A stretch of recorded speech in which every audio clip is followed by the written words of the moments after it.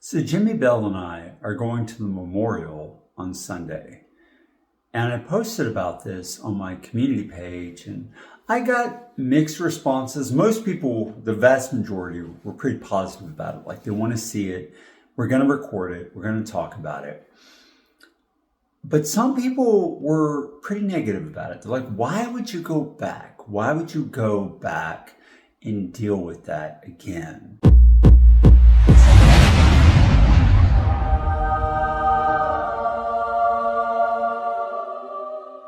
And I understand that. I really do. I get where people are coming from.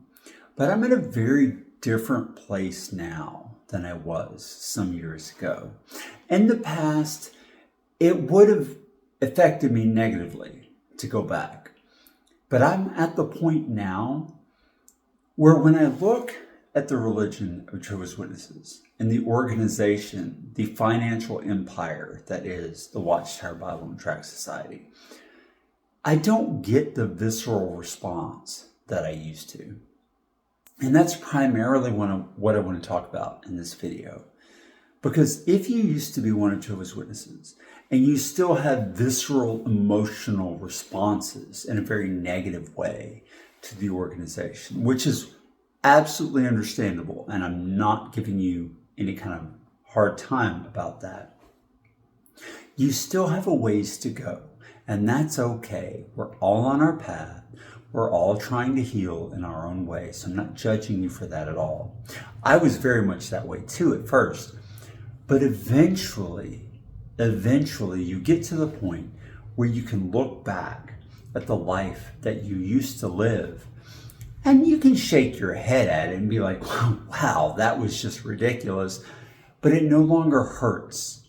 It no longer rips you apart inside. Think about the years that you gave to the cult, the time, the effort, the money, the sacrifices you made for the cult.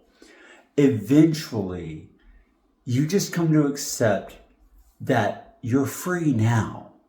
And because you're free now, it's okay. I had an 80-year-old woman, former sister, emailed me years ago when I had my channel in the past.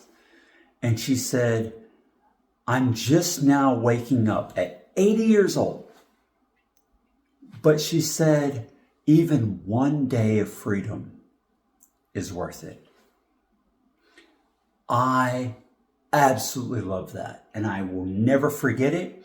And I hope she's still around. And maybe she sees this, because that statement is exactly the way I think everyone who leaves the religion should think.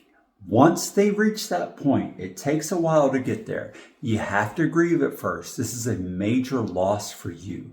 If you are newly out of the religion, your whole world, your whole belief system was built on all these lies that you were taught, probably from childhood, and then suddenly it's all gone. I did a poll the other day to see, what do people believe now that they've left the Witnesses? And about 28% of people remain Christian, or as many people left in the comments, become Christian for the first time. Very few people join some other non-Christian religion. It's only 1 or 2%. Quite a lot of people remain spiritual but not religious. And then quite a lot of people also become either atheists or agnostic. Now, I wish I would have been able to split that into two options, agnostic or atheist, but YouTube only lets me put 4 responses to a poll. And that tells me everything I need to know. You have some people who leave the religion, but they still deeply believe in Jesus, in God, in the Bible. And that's okay. If that makes you a good person, if that's the path you walk, and that's what you need, I have no problems with that at all. I totally agree with Gandhi. I like your Christ, but I don't like your Christians because they're so unlike your Christ. And when he said that, I don't think he was talking about people who actually walk in the path that Christ walked. walked where he took care of the sick, the poor, the hungry. He spoke truth to power. He looked at people with compassion and kindness. I have zero issues with people who actually follow in the path of Christ. And I've been to churches that do that do community outreach, that do those kinds of things. They support the poor, the homeless, the helpless. And I have no problems with them at all. So if that's your path, that's a good path. That's not a bad path. That's a good path. But if you chose to join some other religion that was not Christian, and very few EXJWs seem to do that based on my poll, that's still okay. I have read so many different holy books since leaving Jehovah's Witnesses. My favorite being the Tao Te Ching. It's not even really a holy book. It's just ancient Chinese wisdom. That's all it is. And if you read it, there's so much you get out of it. Imagine the book of Proverbs on steroids. Like, that's really what the Tao Te Ching is. And I have mad respect for it. But it's not really a religion at all. You can be a Taoist, but not really be part of any religion at all. You just respect the wisdom. And I respect wisdom from whatever its source now, in a way that when I was one of Jehovah's Witnesses, you were not allowed to do. If someone who wasn't a witness said something that was true, you had to find fault with that because it wasn't a witness or the governing body or the watchtower that said it, so you had to have a problem with it. Even if it was absolutely 100% true. I don't live in that world anymore. I believe things that are true because they are true, and I respect them because they were true. It doesn't matter where it comes from. And then another huge group, probably the biggest group, said that they are spiritual but not religious. And I respect that too. And I very much align with those individuals. I have mad respect for Jesus. I have mad respect for the wisdom that he laid down in the gospel. But I don't belong to any kind of organized religion anymore because I think that once you organize around an idea, the institution becomes more important than the idea, and you lose the purpose on which it was based. And although that's not always true, that is definitely true in the world of Christianity, in my experience. So many people became Christian only to defend an institution rather than the principles of Christ. And that I have a problem with. Not an issue with the individuals themselves, but our tribal human nature leads us to defend our group rather than the reason for which the group was created. So I absolutely respect people who are spiritual but not religious. They're not joining a group again. They believe maybe in God or at least in some kind of spirituality, but they're not going back to any kind of religious group. Totally respect that. And then the next biggest group was people who were agnostic or atheist. And you know what? I respect that too. I am not an atheist. I'm not. I'm a very spiritual person. But I also understand that if you were terribly abused by a religion like the religion of Jehovah's Witnesses, and you were able to deconstruct from that and leave it, now you demand anything you're going to believe absolutely has to present evidence that it is the case. One of my favorite people in the EXJW community, Efren Rivera, who I interviewed on the channel before, and who often watches and comments on my videos, he said, "I will believe in God as soon as I have evidence that he exists." I respect that. I'm not there myself. My view is different, but I respect that. Because once you are hurt and taken advantage of and abused by a religion like Jehovah's Witnesses or many of the other fundamentalist religions that are just as bad, and you deconstruct from that, you demand proof before you will commit to anything at all. I don't think that's a bad way to be. That's not where I am personally, because for me personally, I just know internally through my own experience and practice and all the things I have seen and known in my life, in the world of Jehovah's Witnesses and outside, I just personally believe and know internally, experientially, that there's more going on than just the material world around us. You don't have to agree, and I totally respect if you don't agree. Unlike when I was a witness, I will not judge you for absolutely disagreeing with me. I'm okay with you disagreeing with me. But I also know that the only thing I can really know is that which my own experience teaches me. And so I'm comfortable with being a spiritual person, but not a religious person. I'm comfortable with respecting people who actually follow in the footsteps of Jesus Christ, rather than trying to support some institution that claims to be supporting Jesus Christ, but just makes up all their own rules and nonsense in the same way that Jehovah's Witnesses do with their Elders Rulebook, which has 290 pages and 70,000 words, which is more than the entire law code in Israel, which cracks me up that they don't see how pharisaical they are when they've created a law code that's even longer and more detailed than that which was nailed to the cross, according to Paul, to begin with. So yeah, Jimmy and I are going to the memorial, and we're going to record it. We're stepping back into the lion's den, as it were. But I don't view it that way. I really don't. It doesn't bother me to walk back into that anymore. I'm not triggered by it. I went to a funeral, and Jimmy went with me a few years ago, of a woman whose entire family were Jehovah's Witnesses. And so the funeral was held at the Kingdom Hall, and we went to support her because she was an EXJW. She was out completely. And we went to support her because she was a good person and she didn't want to be alone in this difficult time where she wanted to go to her mother's funeral. And you know what? They actually did an okay job. They did some of the nonsensical stuff where they talk about, how this person had all these beliefs, blah, blah, blah, blah, blah.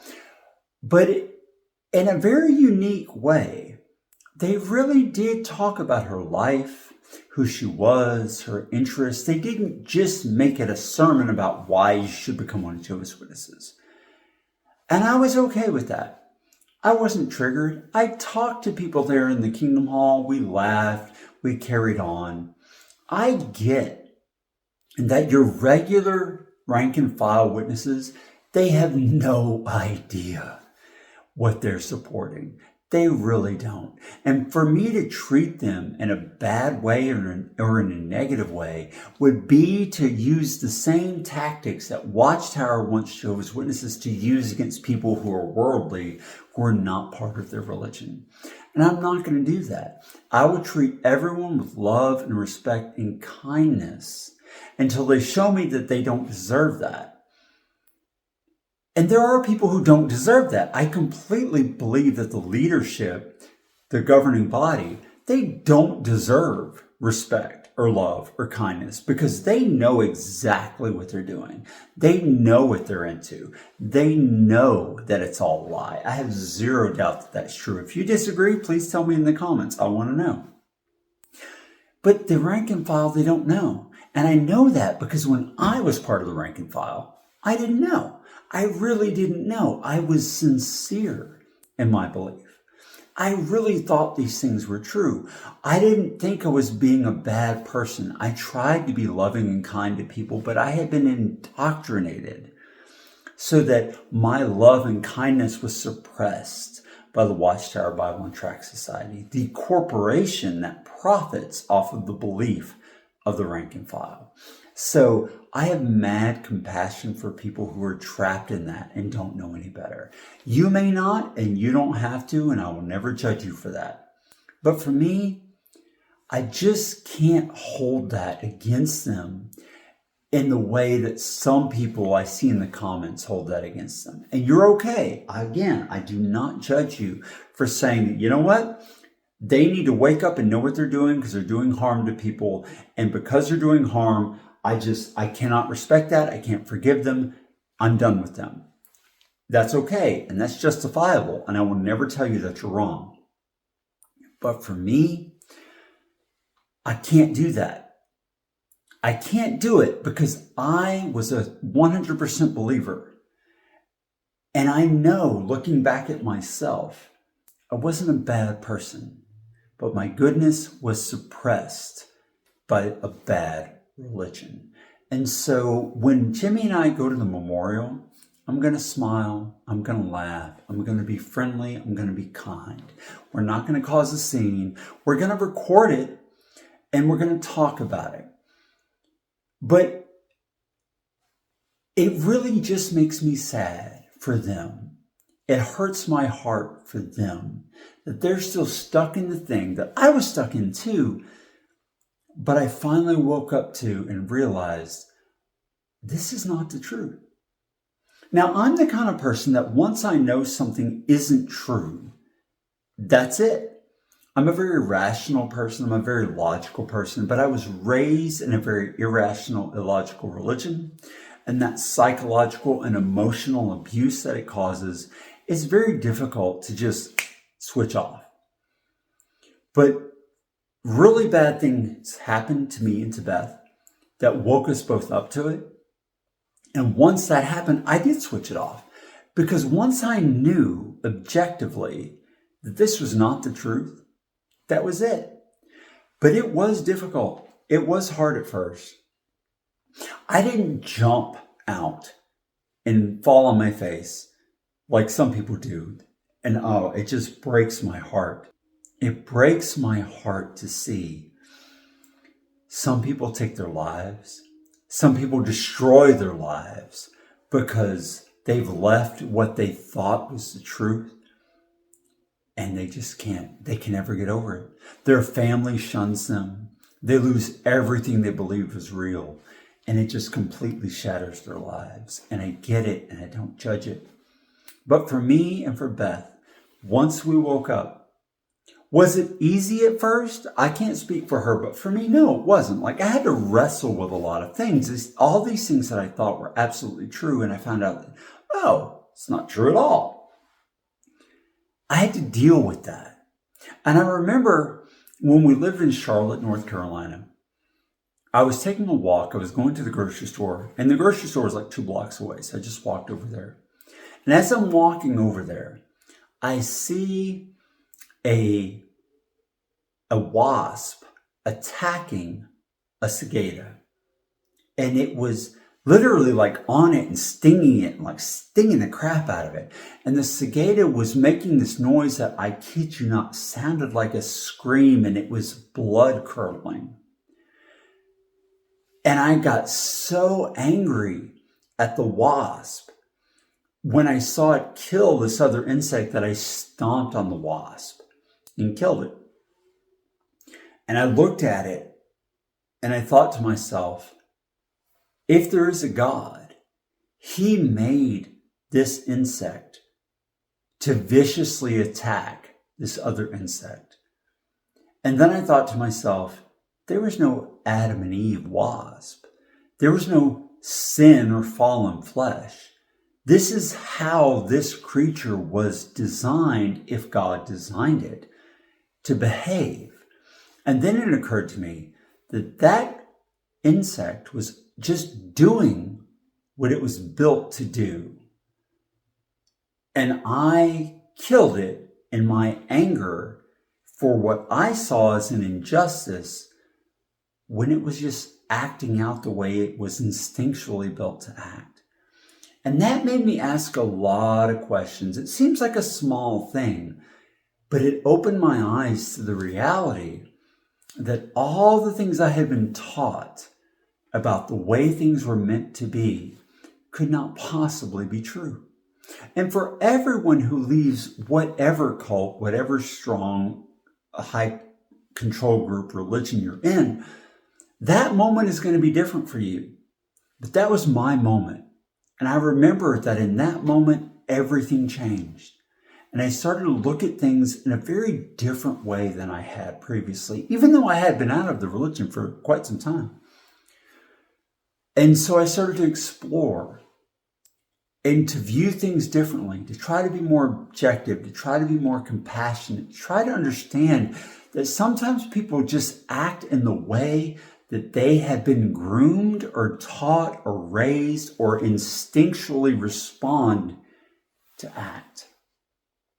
And that gave me a lot more compassion and kindness and understanding. Now, I also have a saying that just because I understand why someone is trying to hit me in the head with a brick doesn't mean I'm going to let them do it, right? I'm going to stop them from doing it because what they're doing is harmful and terrible. So just because I understand it doesn't mean I'm going to allow it. So I'm not telling you that in your compassion you should just let people mistreat you. Absolutely not.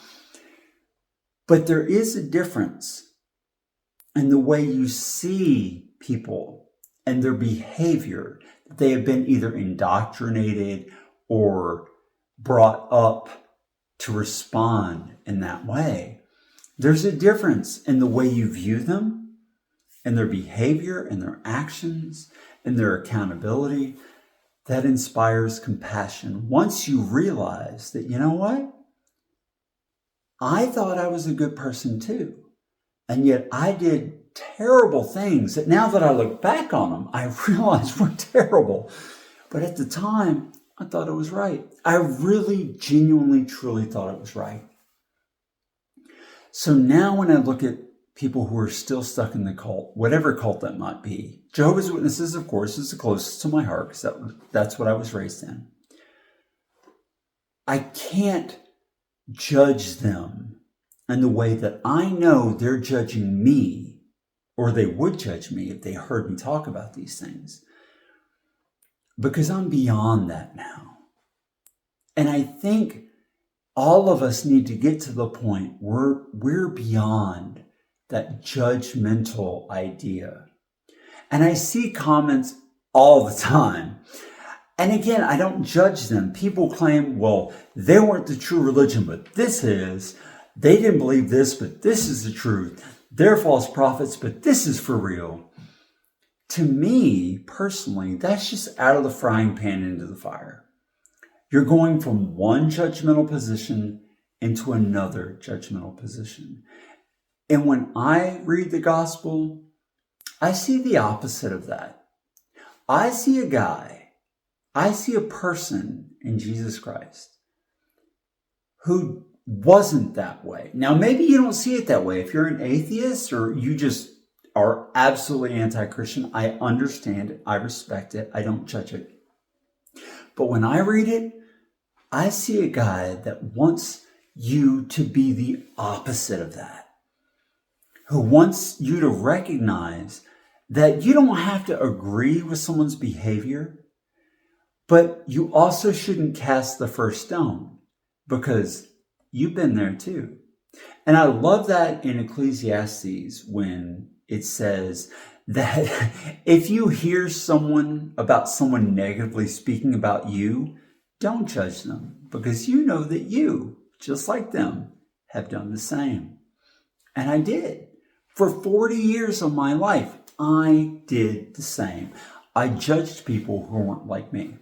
And I will never do that again. I will never do that again.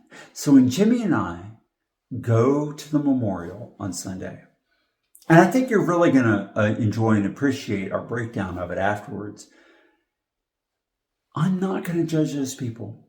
When you hear me talk to them, it will be genuine and heartfelt and kind and compassionate. I will not judge those people because they do not know what they're involved in. Their goodness is being suppressed by a bad religion. But they don't know that yet, just like I didn't used to know it, but I know it now. And so there's always hope.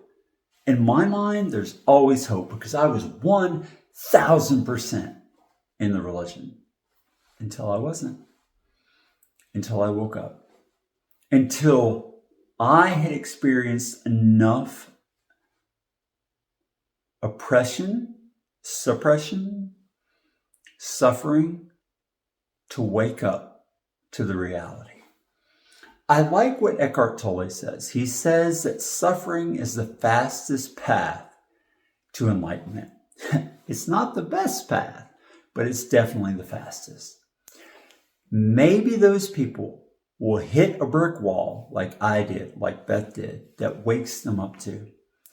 And if I am unkind to them when I am there, and if Jimmy is unkind to them when he is there, maybe that just prolongs their time in the cult. But maybe when they finally hit that brick wall, they remember the people who were there. And they say, wait, that guy who now I'm looking on YouTube and I see his video, he was very kind to me. Maybe I should listen to what he has to say.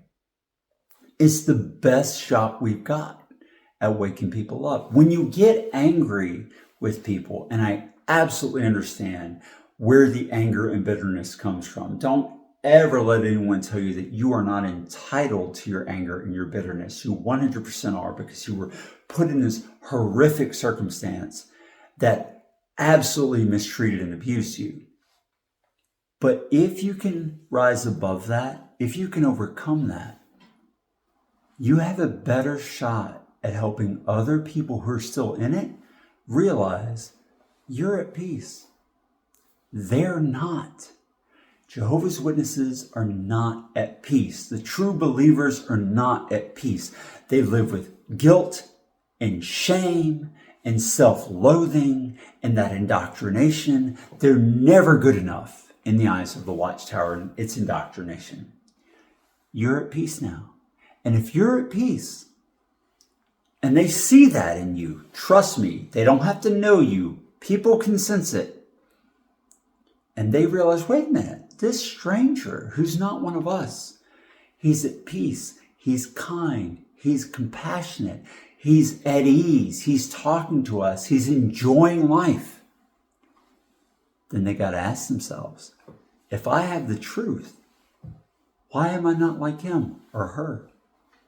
So the best revenge you can have is to leave the cult, be at peace, live a good life, and present that to the people who think that you should be miserable and horrible and in anguish because you left what they indoctrinatedly believe is the truth. But it's not the truth. It's just another lie.